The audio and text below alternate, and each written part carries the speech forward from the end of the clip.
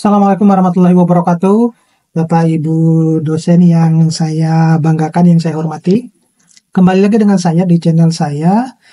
Nah, kali ini saya mau menginformasikan ya terkait dengan tulisan yang ditulis oleh Profesor Ahmad Setiawan, salah satu guru besar yang ada di Universitas Airlangga. Jadi saya mengutip tulisan beliau ini terkait dengan Tukin, di mana judulnya itu adalah ironi dosen swasta, beban kerjanya setara dengan dosen ASN. Tapi kalau kita berbicara tentang Tukin, tentu ini yang menjadi apa ketidakadilan di negara ini. Ya, jadi saya berterima kasih kepada Prof. Rahmat yang sudah sering kali ya menulis di berbagai macam media terkait dengan edukasi dosen. Kemudian beberapa kali saya membaca tulisan-tulisannya itu terkait dengan Tukin ya. Nah, jadi kalau kita lihat di sini Bapak Ibu, apa yang ditulis beliau ini itu termasuk data-data perguruan tinggi yang ada di Indonesia, di mana ternyata ya seperti kita ketahui, memang kalau kita berbicara tentang jumlah perguruan tinggi perguruan tinggi PTS jauh lebih banyak dibandingkan dengan PTN.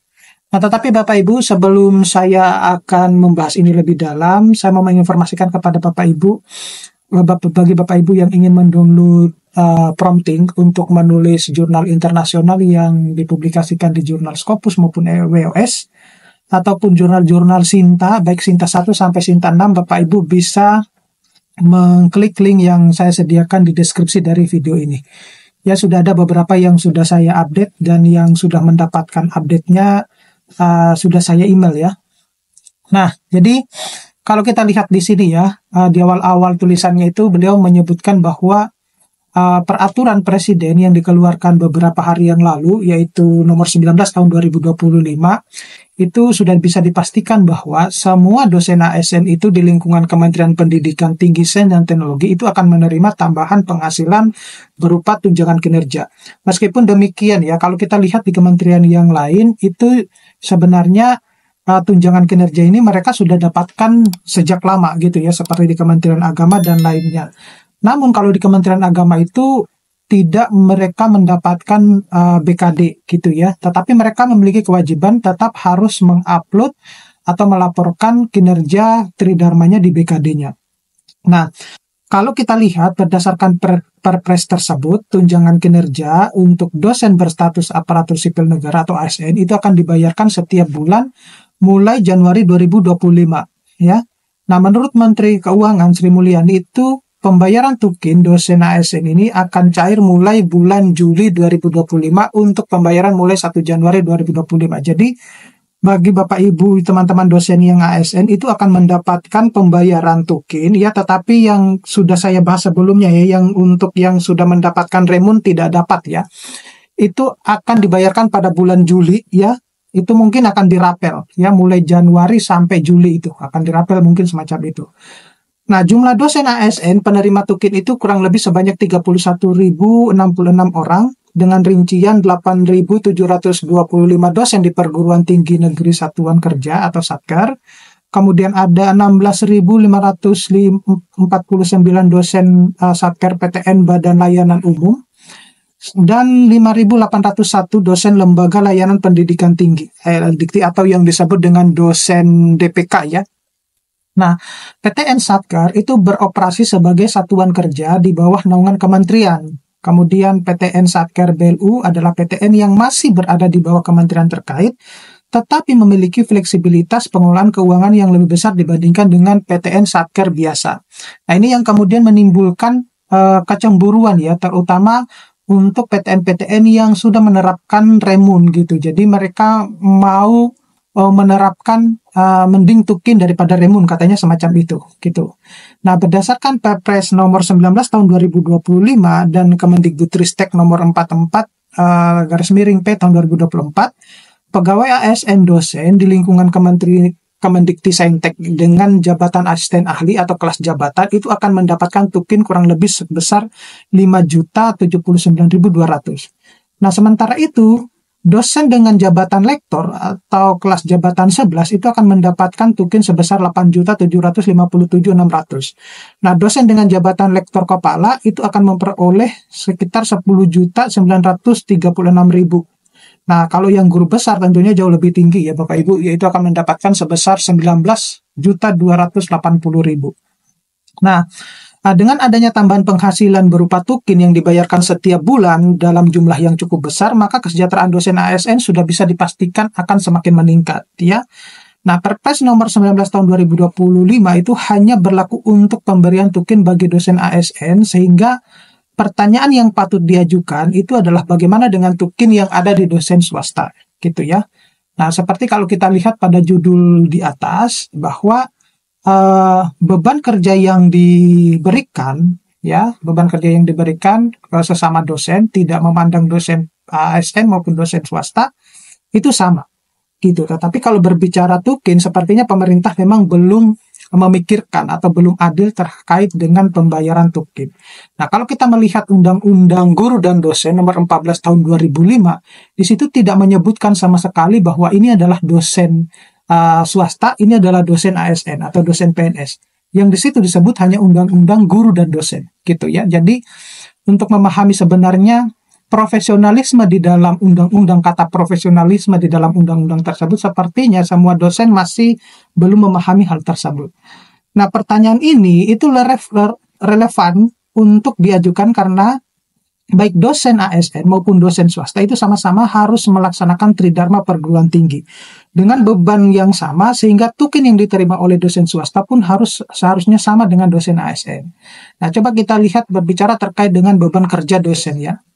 Sesuai dengan pasal 772 Undang-Undang nomor 14 tahun 2005 tentang guru dan dosen, ini yang sudah saya bahas tadi, bahwa semua dosen itu wajib melaksanakan kegiatan tridharma perguruan tinggi meliputi pendidikan, penelitian, pengabdian kepada masyarakat, dan unsur penunjang dengan beban kerja sekurang-kurangnya 12 satuan kredit semester atau SKS, dan sebanyak-banyaknya adalah 16 SKS. Itulah kalau Anda baca undang-undang tersebut ya, Undang-Undang nomor 14 itu, bahwa di situ tidak sama sekali disebutkan bahwa ini adalah dosen status PNS, ini adalah dosen status swasta gitu.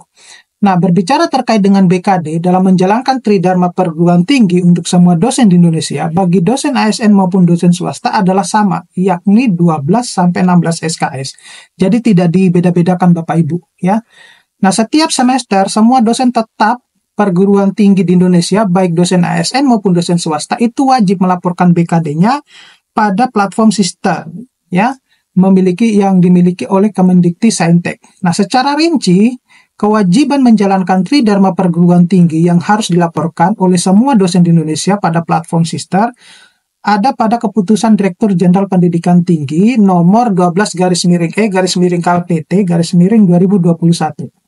Nah, di samping itu, memenuhi kewajiban melaksanakan kegiatan pendidikan, penelitian, maupun pengabdian kepada masyarakat, serta unsur penunjang sebanyak 12-16 SKS di setiap semesternya, semua dosen juga itu wajib memenuhi total kegiatan pendidikan dan penelitian minimal 9 SKS di tiap semesternya. Jadi tidak dibeda-bedakan lagi Bapak Ibu ya. Nah, semua dosen, baik ASN maupun dosen swasta, juga wajib menjalankan semua unsur kegiatan tridharma yang meliputi pendidikan, penelitian, pengabdian masyarakat ya, dan penunjang, dalam arti bahwa tidak boleh ada satupun dari 4 unsur tersebut yang bernilai 0 SKS gitu. Nah, itu berbeda sekali dengan universitas-universitas atau dosen-dosen yang ada di luar negeri. Kalau di luar negeri itu mereka dibayar berdasarkan juga atas meritokrasi atau berdasarkan pencapaian. Jadi kalau dia semakin produktif, itu dia akan mendapatkan bonus dari kampusnya dan juga dari pemerintahnya. Semacam itu. Nah, di Indonesia tidak. Jadi seperti misalnya Bapak Ibu memiliki beban lebih di dalam pelaporan BKD. Apakah beban lebih tersebut itu kemudian akan dibayarkan? Ternyata kan enggak juga gitu. Jadi sesuperior apapun Bapak Ibu di dalam pelaporan BKD ataupun di dalam kegiatan aktivitas tridharma perguruan tinggi di Indonesia, maka bayarannya tetap akan sama gitu. Nah, semua dosen, baik dosen ASN maupun dosen swasta juga harus memenuhi kewajiban khusus sesuai dengan jenjang jabatan akademik fungsionalnya. Nah, dosen dengan jabatan fungsional asisten ahli dan lektor wajib untuk memenuhi kewajiban khusus berupa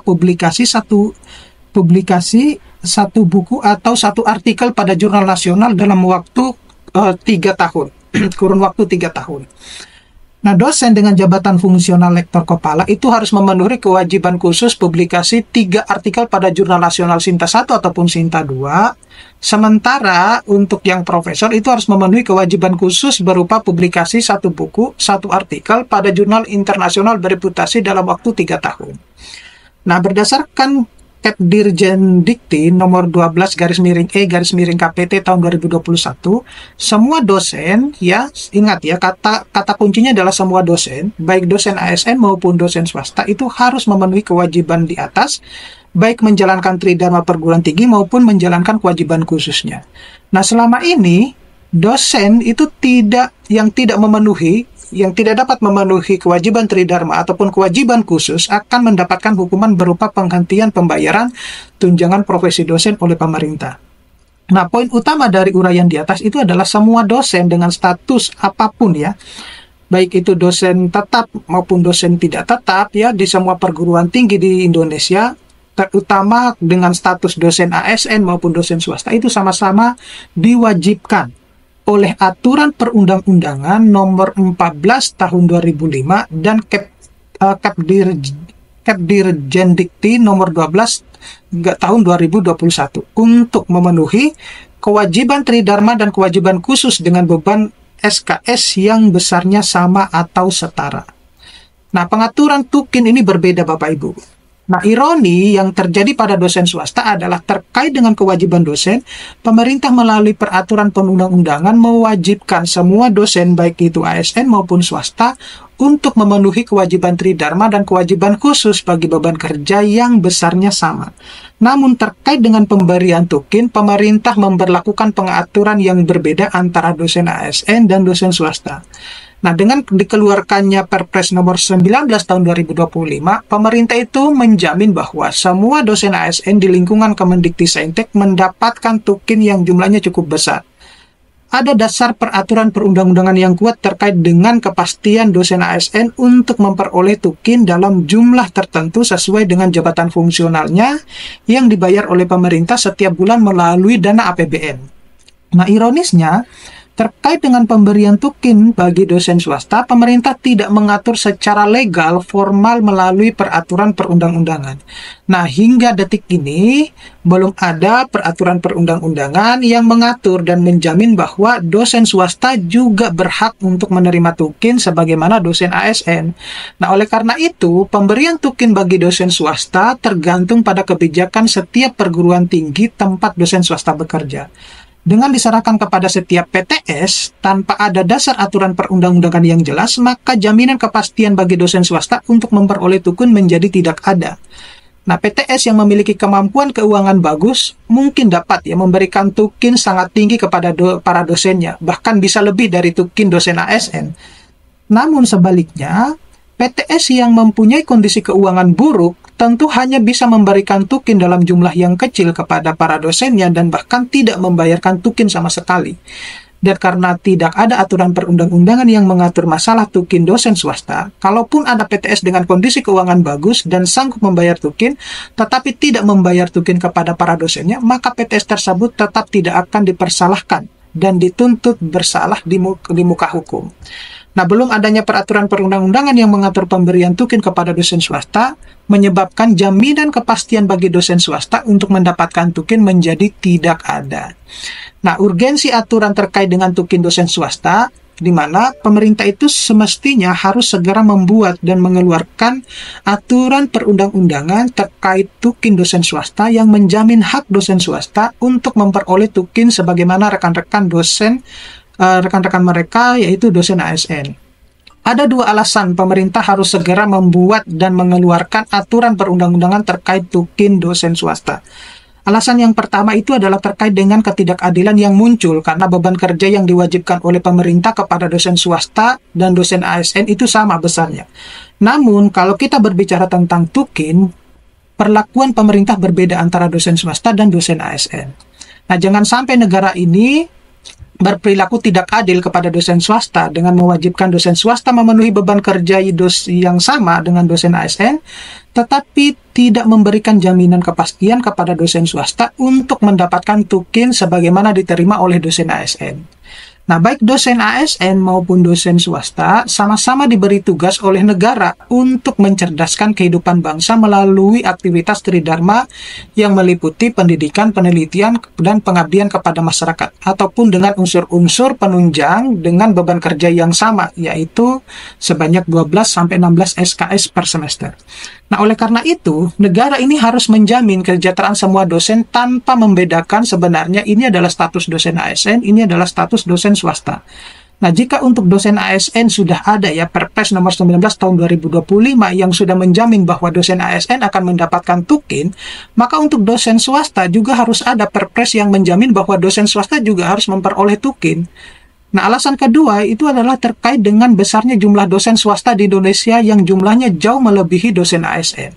Nah, kalau kita mengacu pada buku statistik pendidikan ya tinggi tahun 2023 yang dikeluarkan oleh Kemendikbudristek pada tahun 2023, di Indonesia itu terdapat 184.145 dosen swasta.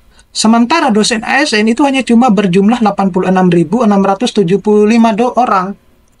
Artinya, jumlah dosen swasta di Indonesia di tahun 2023 sebanyak 68% dari total jumlah dosen. Sedangkan jumlah dosen ASN itu hanya cuma 32%. Nah, jumlah dosen swasta di Indonesia itu tentu jauh lebih dari 2 kali lipat dosen ASN.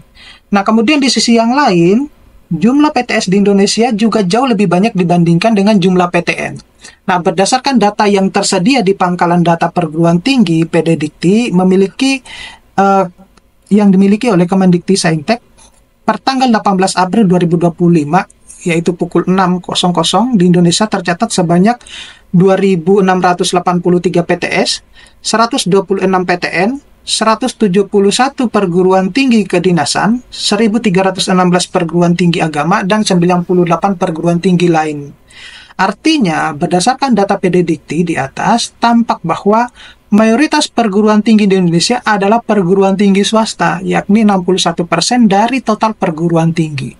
Nah, karena jumlah dosen swasta di Indonesia jauh lebih banyak dari jumlah dosen ASN dan jumlah PTS lebih banyak dibandingkan dengan PTN, jumlah PTS lebih banyak dibandingkan dengan PTN, maka peran dosen swasta dan PTS dalam mendukung upaya pemerintah mencerdaskan kehidupan bangsa juga tidak kalah besar dibandingkan oleh dosen ASN dan PTN. Nah, oleh karena itu, bagi semua dosen swasta yang bekerja di PTS-PTS di seluruh Indonesia, negara juga harus memberikan jaminan kepastian untuk memperoleh tukin yang seharusnya menjadi hak mereka sebagai dosen yang diterima oleh dosen ASN.